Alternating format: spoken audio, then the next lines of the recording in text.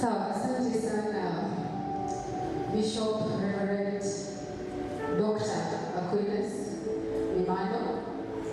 The other day, my colleague and I, David, we were discussing about your name. You have a very, very unique name, and it's a blessing to be one of the people who has unique names in the world still. And we got Grace, and I was, let me say, ambushed last week because I'm someone who has been through, let me say, not a lot, but I've been through something, some life. And lakini napenda kusema hiyo life yangu ni testimony na ilifanyika kwa sababu nzuri.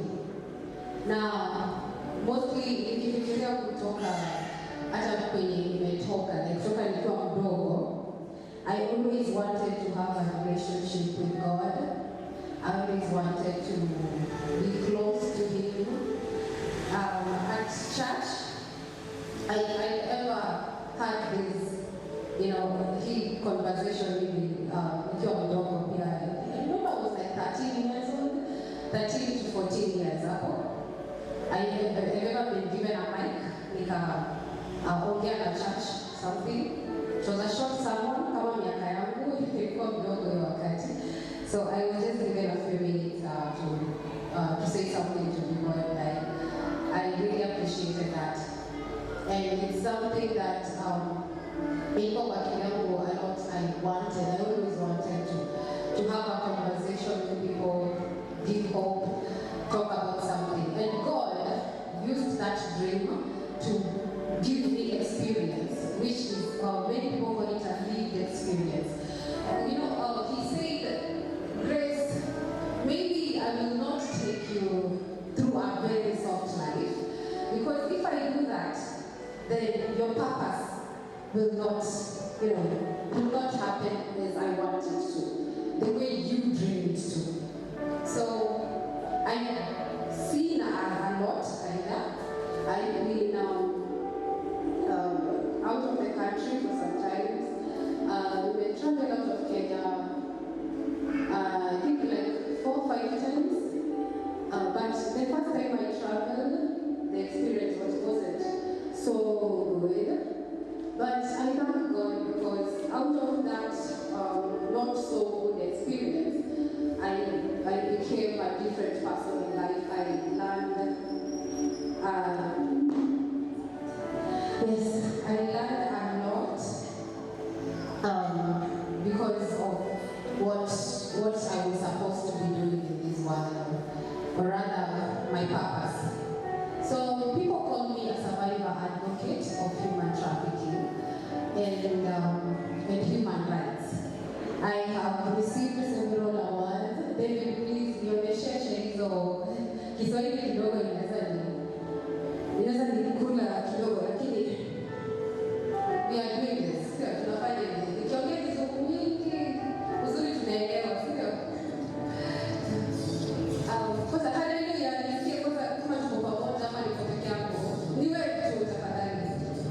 Yeah, at least naona siko peke yangu. Unajua naweza simama hapa alafu ninaongea kati niko peke yangu. David, please nicheze hizo picha zangu.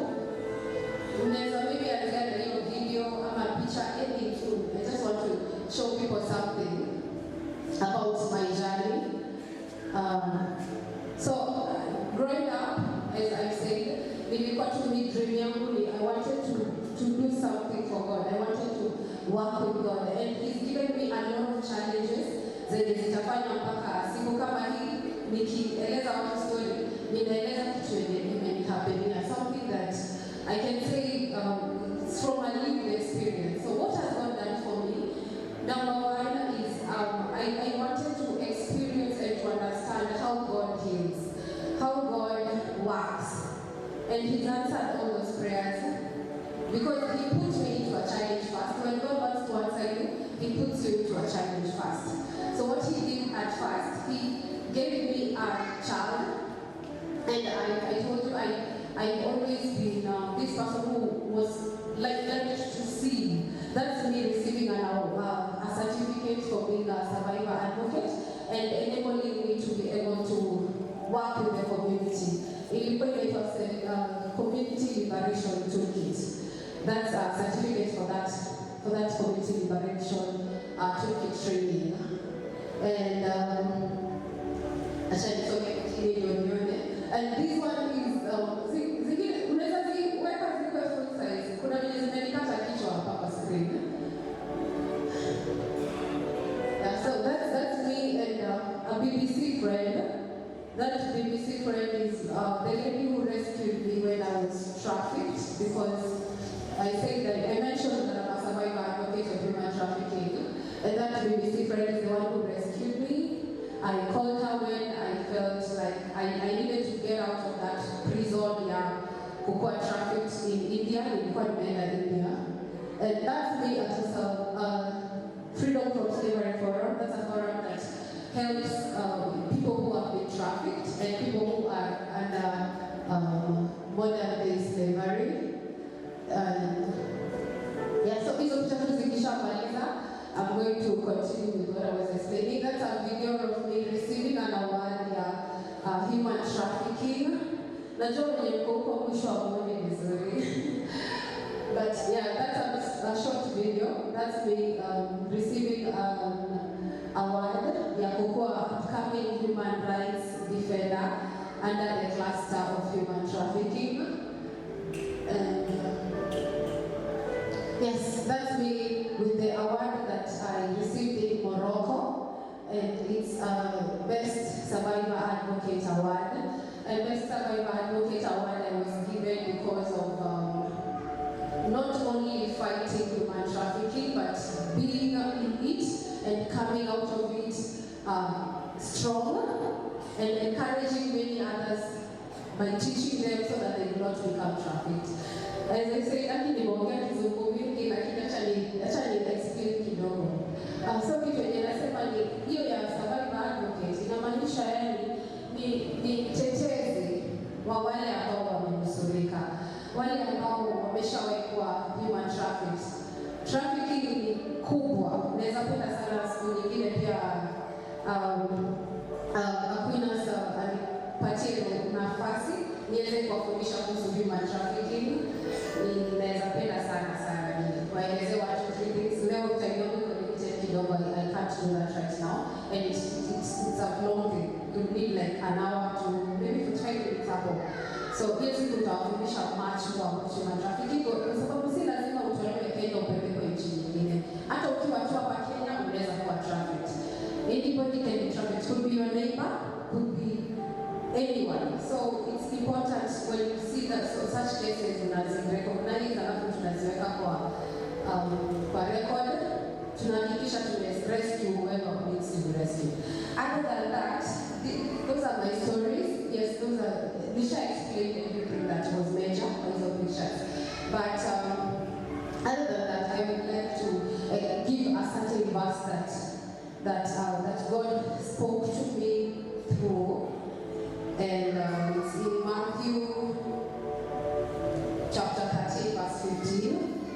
He was explaining to me about why people do not understand, do not see, and I was one of that people.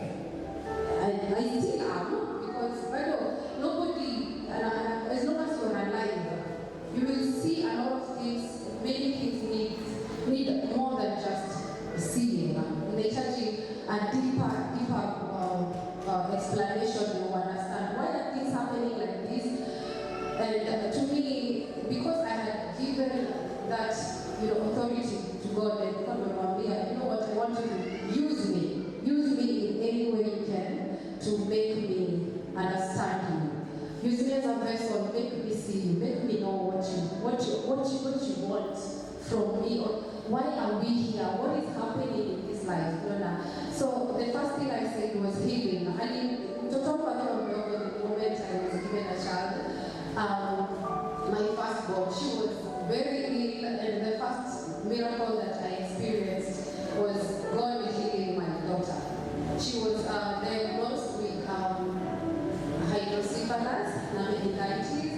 na rickets, lakini ni daktari walikuwa wameniambia that's it. Na niliambiwa hivyo, lakini sina much time, maybe nitaimba nikimaliza. So there is a lot yenye daktari aliniambia ile time that mtoto wangu hawezi kuwa sawa, hatakuwa normal, lakini today my daughter is there. Nasimama usalimie watu hivi. That's her today. So these are the three conditions that ziko very, very, very serious. Nilikuwa nimeambiwa they didn't think she was going to make it, but she did, and that's one of my testimonies. You know, every time I tell her about this, analia too, like she cries, but I have to remind her it's not me. Ukijiona hapa, just know it's God. Unajua ni Mungu tu, si mimi. Like na lazima nakumbusha mami, usisahau uko hapa juu ya nani, uko hapa juu ya Mungu. So kila wakati nakaa namkumbusha, mama, please, I want you to be prayerful, kwa sababu uko hai kwa sababu ya maombi yenye mimi nilifanya. So I remind her every time, hiyo maombi yenye nilifanya ukakaa hai, hiyo maombi ndio itakuweka hai mpaka siku ya mwisho. And I want her to grow old. Nataka nimuone kama amekuwa a big woman, and I thank God for this journey. Alikuwa kidogo, things are not going so well, but the things that the doctor alisema in short hazikufanyika. I just thank God. Daktari aliniambia hivi, lakini Mungu alikuwa ananiongelesha kitu tofauti. Alikuwa anataka tu anipitishe hapo, anionyeshe. Uliniambia unataka kujua, wacha nikuonyeshe. I cried day and night for hospitali, even the doctors knew me as the woman who sings and prays. Sikukuwa hata nalala. Ninaangalia mtoto wangu na feel no. Ninakataa, but at the end of the day, I thank God because it was one good last prayer. And that last prayer happened when I invited the whole hospital board to pray with me. Niliambia kila mtu kwa hiyo ward, you know what? Today, everybody is going to pray for their child. And these children, we have lost already like 7 kids. And my kid was the next in the line, but I was like, I'm not going to lose my child. We have to pray about this. And we prayed and prayed. We sang, joined. And the next day, God came with that miracle. God brought that miracle. The doctor came na akasema mtoto wangu, she's well. Alikuwa anafura kichwa, ikaacha. And maji hatujui ilienda wapi, alikuwa anaongezeka tu maji kwa kichwa. But hiyo siku, all that stopped. So that was the very first time that God showed me that He was answering my prayer of asking Him to be close to me, get close to me, show me what He wants from me in this life. And I did that when I was young, not because I struggled or anything, but because to me it was a calling. To me, it was just, let me say, kutaka tu, kupenda tu kutoka kwa roho yangu. That's why I'm going to go to Matthew chapter 13 verse 15. Please niweke Matthew chapter 13 verse 15.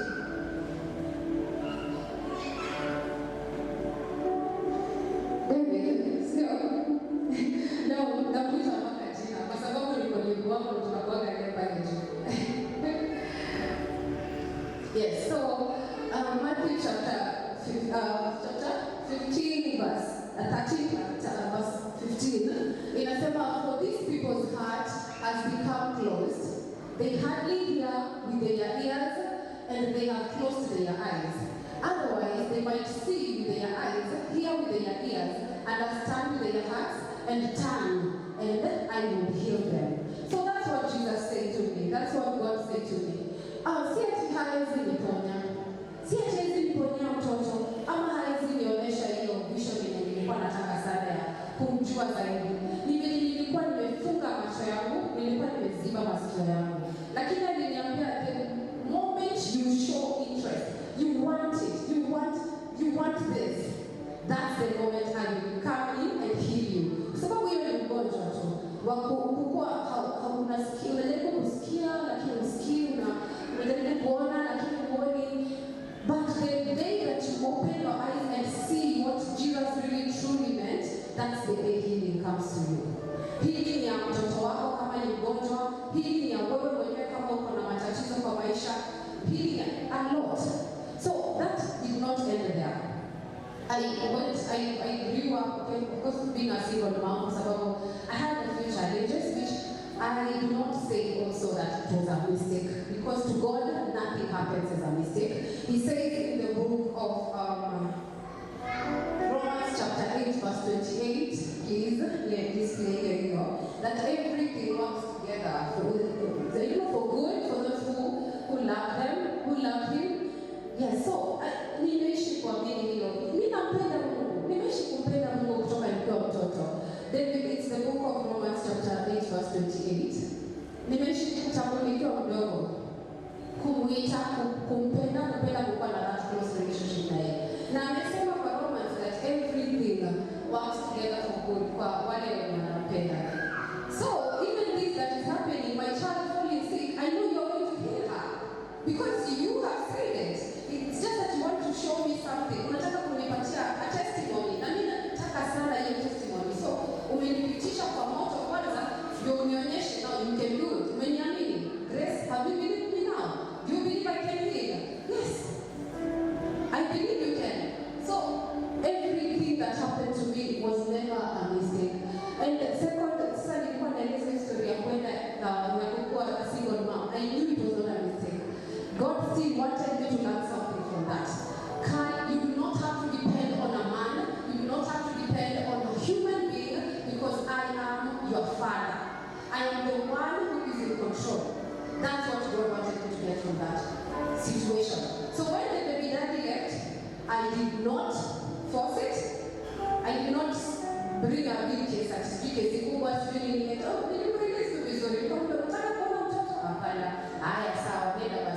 And that's how we make what we like, prayerful through it all in a miracle. You know what, God? You had a very good reason. And nilikuja kulearn the reason later on. When nimekuwa sasa nimeanza kumachua akili kidogo. Naona, oh, okay. You really wanted me to see that you are the one I should depend on. Every prayer that I prayed, you are answering in a very special way. I pray for healing, you make my child sick, you heal her. The doctor said it's impossible, but you make it possible. So that you can show me, you wanted to see, this is what I'm giving you. I have to make you go through this so that you understand me at a deeper level. So that is what happened. And then my case of going to India, also, I always tell people, when I was in India, I cried. When I came back from India and met my family, I cried. Nililia hizo wakati zote. But then I had forgotten this covenant that I have with my God when I told you, you know what, I want this close relationship with you. I want to understand you at a deeper level. I want to know why, how, what is happening. I want to know what happens in this world and why am I here? You know, I always was so curious to understand God. And when I went to India, as I said,